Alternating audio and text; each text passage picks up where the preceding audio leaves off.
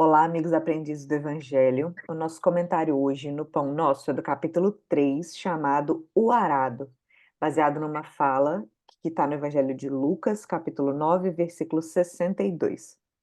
E Jesus lhe disse: Ninguém que lança mão do arado e olha para trás é apto para o reino de Deus. Bonita figura. É. Bom, primeiro aqui a gente precisa entender o que é o arado, né? É claro que hoje já houve uma modernização do instrumento, porém, ele ainda existe esse arado como lá no período de Jesus. Principalmente nos rincões, né, dos interiores, é que a gente vai achar. Mas o arado, ele é uma ferramenta pesada de ferro e ele é puxado por um animal, né? No geral é o cavalo, e o trabalhador que trabalha nesse campo, ele tem que ter atenção no animal, no instrumento, né? Porque é pesado, e esse instrumento ele tem a função de criar leiras, ou a gente chama de leiras, né? O que é rasgar a terra para você jogar a semente. Então, olha o trabalho do trabalhador. Ele tem que estar muito focado para realizar essa tarefa. Então, ele tem que conduzir o animal, segurando a ferramenta ali que é pesada, né? Então, ele tem que conduzir essa ferramenta, abrindo ele tem que jogar a semente e com o pé ele ainda cobre essa semente, né? Então, Jesus fez a comparação com este instrumento.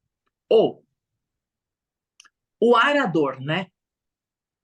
Na verdade, ele faz a comparação aqui, eu creio, que é com o arador. É como o homem conduz este animal, esta ferramenta, e ainda plantar a semente, cobrir essa semente, né?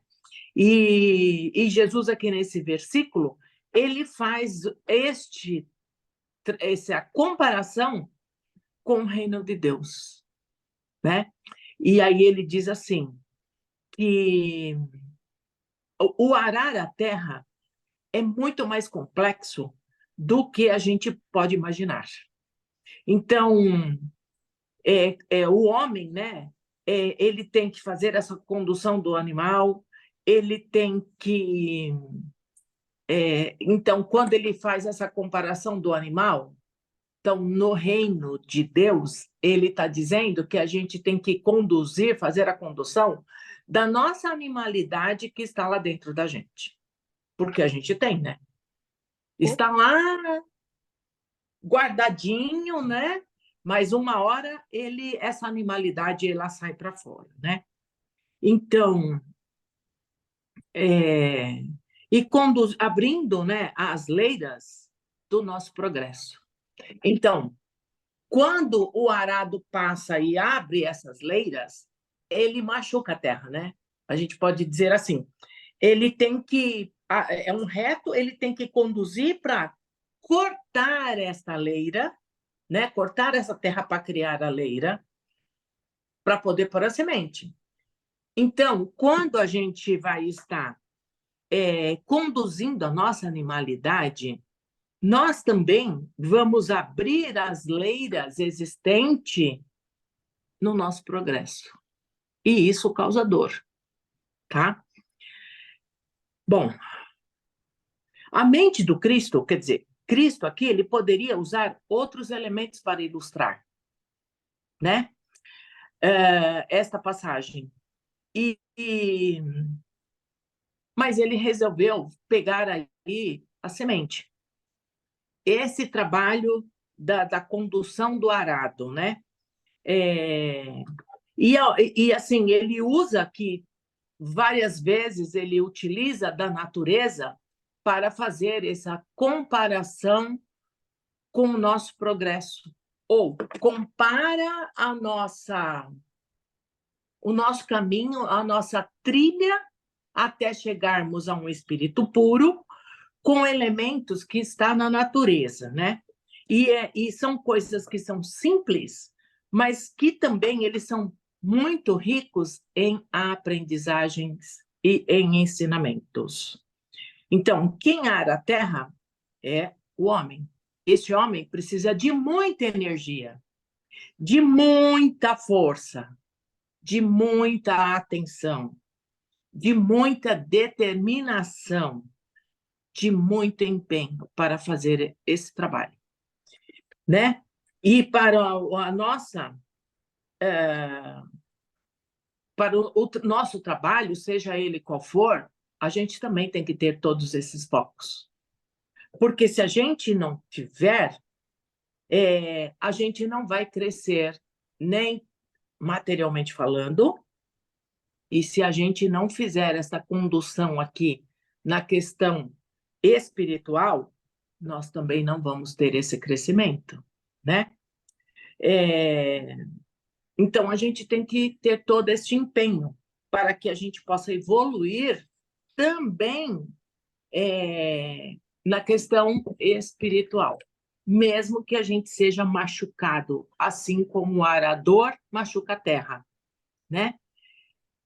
E veja só, e que quando a gente estuda, seja qual seja a forma de estudo, seja material, seja espiritual, quando a gente trabalha, e quando a gente trabalha neste bem, né, a gente vai ter feridas, claro, mas elas servem para a nossa evolução. E se a gente abraçar a cruz do Cristo, né, se a gente abraçar as leis que o Cristo nos mostrou, ou que as leis universais, a gente pode fazer essas ultrapassagens mais forte, com mais coragem, sentir menos esta dor, para que a gente possa ser conduzido aí à nossa evolução. Porém, há momentos que a gente se distrai, né?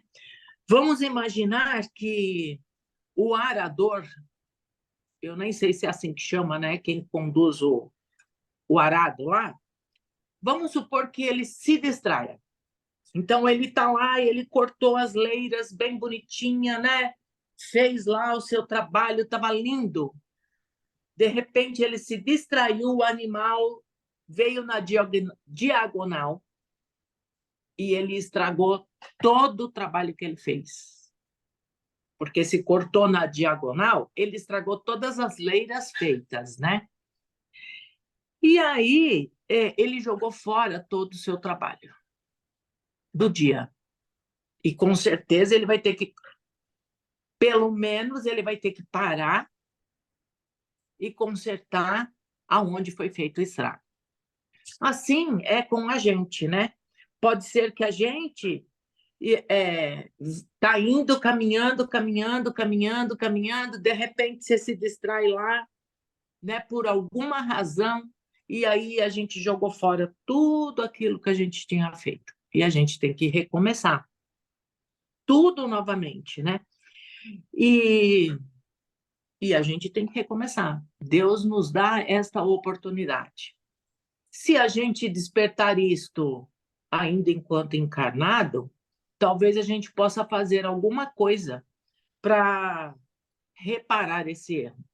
Se a gente não conseguir, a gente desencarna e depois a gente reencarna de novo com a oportunidade de reparar aquele erro, tá? E assim é. Então, 1 minuto de distração, 1 minuto, pode destruir longos anos de trabalho, né? E esse trabalho que a gente fez, que a gente trabalhou. Ah, então, Apolônia, se eu errar, eu vou jogar tudo fora? Não, não vou jogar, mas eu terei que reparar. De alguma maneira, eu tenho que reparar. E é isso, né? É preciso que nós não nos deixemos na ociosidade. A gente não pode ficar ocioso, né? Pois toda a ruína está ah, na mente vazia. Aí a gente destrói, né? E o desânimo, ele é a causa de muitas corrosões. O desânimo, ele é aquele elemento que enferruja o arado, né? E a gente pegar isso aqui para a questão espiritual, quais são os nossos ferrugens? Aonde que está esses ferrugens? E aí, assim, é claro que a gente aqui está novamente chamando para as questões da reforma íntima, né?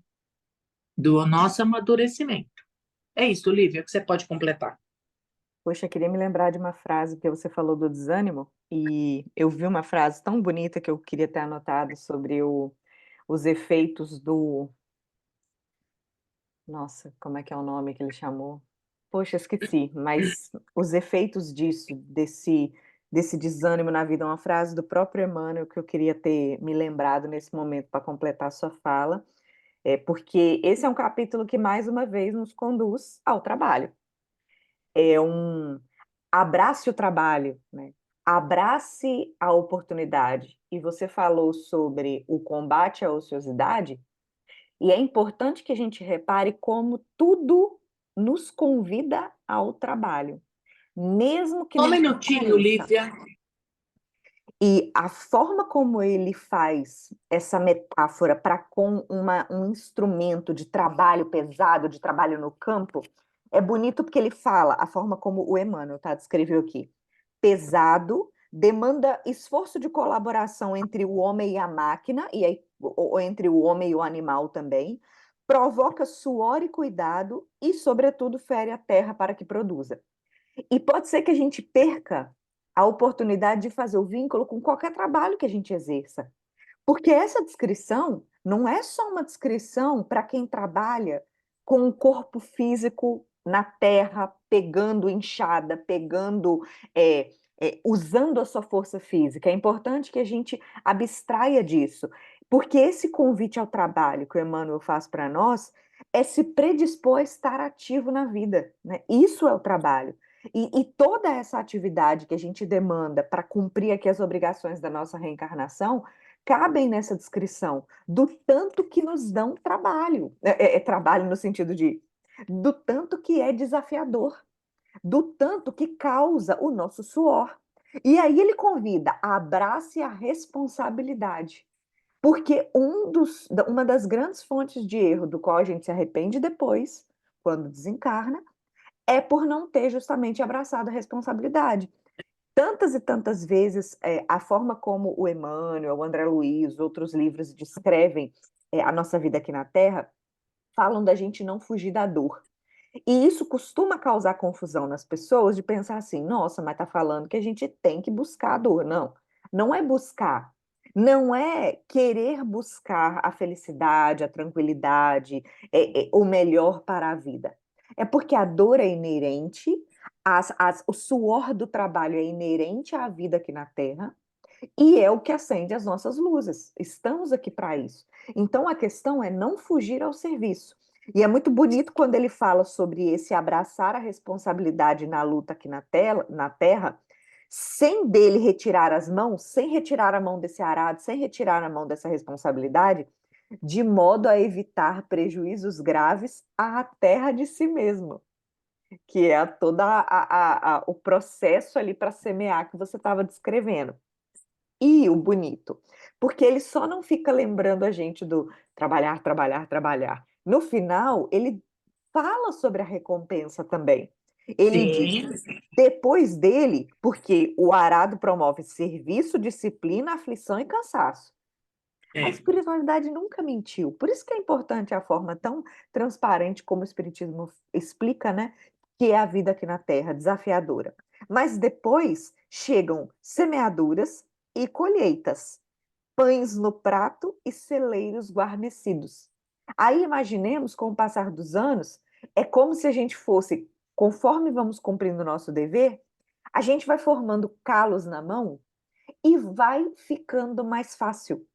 Esses calos nas mãos ou na alma vão deixando, nós mais experimentados na luta e tende por isso que, claro, quanto antes a gente começar a entender, a vivenciar o evangelho melhor, porque pensando numa longa vida que nós temos, 80 anos talvez, aí por um lado, o que são 80 anos perante a eternidade? É muito pouco. Exato. É. Mas para nós aqui, que estamos em aprendizado, que estamos cobertos pela cegueira da encarnação, vamos dizer assim, é bastante coisa. Então, quanto mais experimentados nós estivermos, melhor a gente vai, talvez, sentir esse celeiro cheio já nessa encarnação. Sentir a tranquilidade de envelhecer e quantas descrições a gente vê nos livros do André Luiz, principalmente, que quando chega a velhice começa a chegar a reflexão da vida, abre espaço para o remorso e o cuidado que a gente tem que ter para isso não descambar para o lado da loucura, que é uma das coisas, né, que os livros do André Luiz nas descrições chamam a atenção. Então, que a gente se prepare para essa etapa e que, na verdade, a parte da reflexão sobre todo o trabalho desenvolvido, sobre os calos que a gente criou, que ela possa ser antecipada. Por isso, abraçar a responsabilidade, abraçar ao trabalho. Fica aí o convite do Emmanuel para a gente. Mais um convite da espiritualidade a trabalhar, trabalhar, trabalhar. Pois é. Eis É o lema do isto. bom servidor, né? Como diz na musiquinha da Aliança Espírita Evangélica. É, é verdade, é. É isto, sabe? Eu acho que Emmanuel, ele é fantástico na sua descrição aqui, né? Assim, ele faz comparações muito simples, que não tem como não entender. A gente pode até não praticar, mas isso não significa que nós não entendemos o ensinamento que ele passa, porque é muito simples, né? E é isso. Vamos então para o encerramento? Vamos lá. Vamos assim convidando a todos a fechar os nossos olhos, que possamos assim retirar os nossos melhores pensamentos, sentimentos e vamos assim envolvendo a todo o nosso universo, buscando o símbolo da nossa casa e que ele possa subir muito alto, fora das esferas do nosso planeta e vai assim lá nas esferas crísticas, vai se imantando de energias da espiritualidade de luz e que possa assim retornar e possa envolver todo o nosso planeta com estas energias misturadas com as nossas. E assim as borboletas vão se soltando e vão buscando os países onde a guerra impera, a fome, a violência, desastres naturais, aonde causa muita dor, sofrimento a todos os irmãos que vivem neste planeta atualmente. Mas também essas borboletas vão se soltando e vão buscando os irmãos que sofreram os desencarnes coletivos nesses últimos dias e nesses últimos momentos do nosso planeta e vão conduzindo esses irmãos de forma segura, tranquila, para a espiritualidade, para que possam ser socorridos.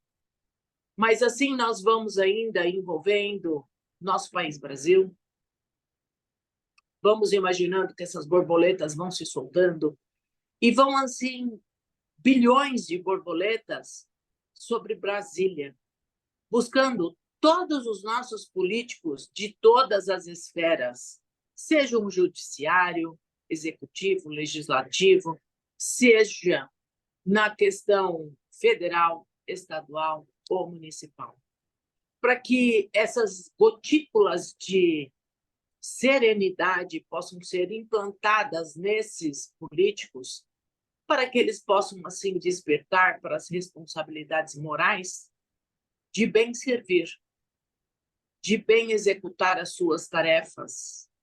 E assim nós vamos buscando ainda todas as escolas do nosso país, desde as creches a universidades, que essas borboletas possam ir se soltando, ir levando para esses locais e formando uma cúpula nos prédios, para que nenhuma energia negativa possa penetrar esses locais, para que causem danos aos prédios, aos alunos, funcionários, para que desta forma sejam protegidos de qualquer investimento da espiritualidade inferior. Mas também a gente vai envolvendo todos os alunos, todos os funcionários e todos os professores. Mas também vamos buscando os hospitais do nosso país. E da mesma forma, essas borboletas vão se soltando e vão buscando todos os doentes, sejam do corpo físico, seja do corpo mental ou espiritual. E essas borboletas vão tratando esses irmãos, estejam em casa ou em hospitais. E assim nós vamos ainda levando essas energias a todos os médicos, a todos os enfermeiros e todos aqueles irmãos que trabalham em prol do próximo, independente da sua profissão. Todos são acalentados, fortalecidos, para que continue as suas tarefas com muita alegria, com muito discernimento. E agora nós vamos buscando o nosso estado, que o nosso estado possa se resplandecer com esta luz. Mas também a gente vai buscando a nossa cidade, que essas energias vão se fazendo intensas sobre a nossa cidade. E assim nós vamos buscando todos os moradores de rua, que eles sejam fortalecidos, que possam ter uma luz em suas ideias, para que eles possam sair da condição do qual se encontram neste momento.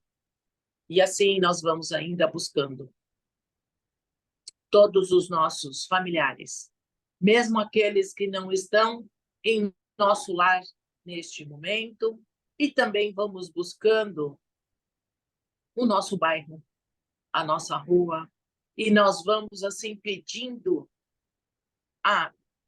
ao Mestre Jesus que possa adentrar em nossa rua com toda a sua equipe, sejam médicos, enfermeiros, psicólogos, irmãos que possam trabalhar em benefício do próximo.